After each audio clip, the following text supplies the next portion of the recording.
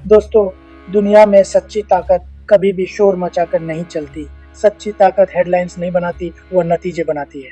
पिछले कुछ समय से आपने चारों तरफ बहुत शोर देखा होगा।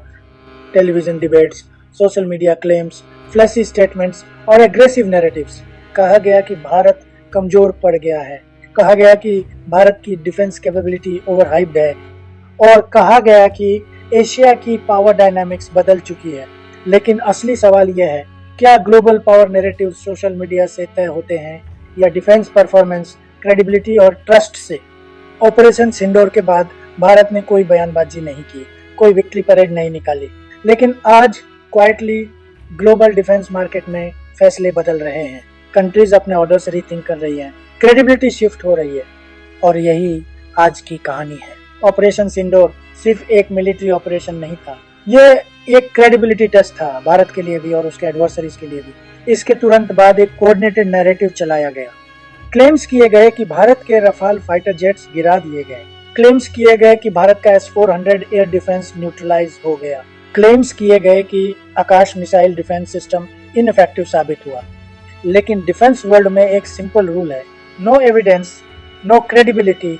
इन क्लेम्स के साथ कोई वेरीफाइड सैटेलाइट इमेजरी नहीं थी, कोई रैकेज नहीं दिखाया गया, कोई न्यूट्रल कंफर्मेशन नहीं आया, नैरेटिव था, प्रूफ नहीं। इसके बाद चाइना ने J-10C फाइटर एयरक्राफ्ट को एग्रेसिवली पुश किया। इसे रफाल किलर के रूप में मार्केट किया गया। ये कहा गया कि पाकिस्तान ने ऑपरेशन सिंदूर में इसका इस्तेमाल किया, लेकिन डिफेंस एनालिस्ट जानते हैं J-10C मूल रूप से रशियन Su-30 और अमेरिकन F-16 टेक्नोलॉजी का हाइब्रिड कॉपी है। इंडिजिनस इनोवेशन नहीं, इंटीग्रेशन है। सबसे अहम बात, ऑपरेशन सिंदूर के दौरान पाकिस्तान ने J-10C को डिप्लॉय ही नहीं किया। रीजन साफ था, Indian integrated air defence environment में इसकी सर्वाइवेबिलिटी पर खुद पाकिस्तान को भरोसा नहीं था। नैरेटिव्स का शॉर्ट टर्म असर जरूर होता है। इंडोनेशिया ने रफाल ऑर्डर पॉज किया। बांग्लादेश डिफेंस प्रोक्योरमेंट कंफ्यूजन में चला गया। अफ्रीकन और मिडिल ईस्टर्न मार्केट्स में चाइनीज डिफेंस मार्केटिंग तेज हो गई। यह ग्लोबल आर्म्स मार्केट की रियलिटी है। परसेप्शन टेम्पररीली डिसीजंस को प्रभावित कर सकती है, लेकिन परसेप्शन तब तक ही टिकता है जब तक फैक्ट्स सामने नहीं आते।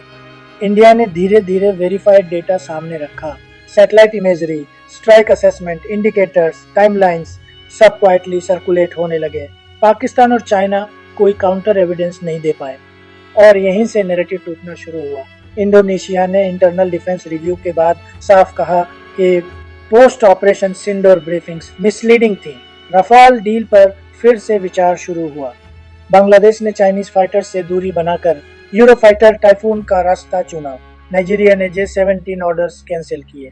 इजिप्ट पहले ही रफाल ऑपरेट कर रहा है और फ्यूचर प्लानिंग रशियन प्लेटफॉर्म्स के साथ कर रहा है। यह सिर्फ डिप्लोमेसी नहीं थी, यह डिफेंस क्रेडिबिलिटी करेक्शन थी। इस पूरे समय भारत ने मार्केटिंग नहीं की, इंडिया ने ओपोनेंट्स को पब्लिकली एम्बैरस नहीं किया, लेकिन रिजल्ट यह हुआ कि चाइना की इमर्जिंग डिफेंस इंडस्ट्री की रिलायबिलिटी पर सवाल उठ गए और इंडिया की डिफेंस क्रेडिबिलिटी ऑर्गेनिकली मजबूत हो गई। ग्लोबल डिफेंस मार्केट में साइलेंस अक्सर कॉन्फिडेंस का साइन होता है।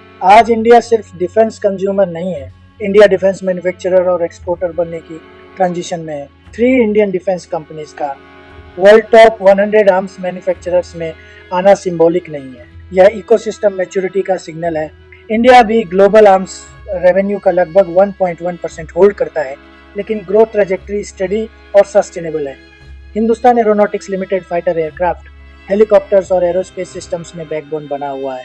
Bharat electronics limited radar, electronic warfare और नेटवर्क सेंट्रिक वॉरफेयर सिस्टम्स की डिमांड के कारण स्ट्रॉन्ग ग्रोथ दिखा रहा है। माजागन डॉक नेवल प्लेटफॉर्म्स और सबमरीन्स में इंडिया की मैरीटाइम कैपेबिलिटी को इंडस्ट्रियल स्ट्रेंथ दे रहा है। यह सिर्फ रेवेन्यू नहीं है, यह इंडस्ट्रियल कॉन्फिडेंस है। इसी समय चाइना इंटरनल मिलिट्री रिस्ट्रक्चरिंग और परजेस से गुजर रहा है। प्रेसिडेंट शी जिनपिंग का PLA लीडरशिप पर डिस्ट्रस्ट ओपनली विजिबल है। हिस्ट्री बताती है, जब लीडरशिप अपनी मिलिट्री चेन ऑफ कमांड पर भरोसा खो देती है तो शॉर्ट टर्म कंट्रोल बढ़ सकता है, लेकिन लॉन्ग टर्म कॉम्बैट कॉन्फिडेंस गिरता है। चाइना की चैलेंज टेक्नोलॉजी नहीं है, चाइना की चैलेंज ट्रस्ट है। China operates on control, India operates on institutional confidence. China loyalty enforce करता है, इंडिया प्रोफेशनलिज्म नर्चर करता है। मॉडर्न वॉरफेयर सिर्फ हार्डवेयर से नहीं जीती जाती, यह डिसीजन मेकिंग स्पीड, अडेप्टेबिलिटी और ट्रस्ट से जीती जाती है। ऑपरेशन सिंडोर ने एक लेसन भी दिया। इंडिया के पायलट्स वर्ल्ड क्लास हैं। इंडिया का एयर डिफेंस वर्ल्ड क्लास है। नेक्स्ट स्टेप क्लियर है। तेजस, मार्क 2 और एम का जैसे इंडिजिनियस फाइटर प्रोग्राम्स को एक्सपोर्ट ओरिएंटेड माइंडसेट के साथ डेवलप करना। एक्सपोर्ट्स मतलब सिर्फ प्रॉफिट नहीं, एक्सपोर्ट्स मतलब इन्फ्लुएंस, जॉब्स और लॉन्ग टर्म स्ट्रेटेजिक रीच। तो दोस्तों, आज पिक्चर बिल्कुल साफ है। जब कुछ कंट्रीज नैरेटिव्स और क्लेम्स में उलझे रहे, इंडिया कैपेबिलिटी और क्रेडिबिलिटी बिल्ड करता रहा। इंडिया ना नॉइज करता है, ना ओवर प्रॉमिस करता है, वह बस डिलीवर करता है। और ग्लोबल डिफेंस मार्केट अब उसी डिलीवरी को रिकॉग्नाइज कर रही है। अगर आपको ये डीप, ऑनेस्ट और फैक्ट बेस्ड एनालिसिस पसंद आया हो तो वीडियो को लाइक कीजिए, शेयर कीजिए और चैनल को सब्सक्राइब करना मत भूलिए। जय हिंद, वंदे मातरम।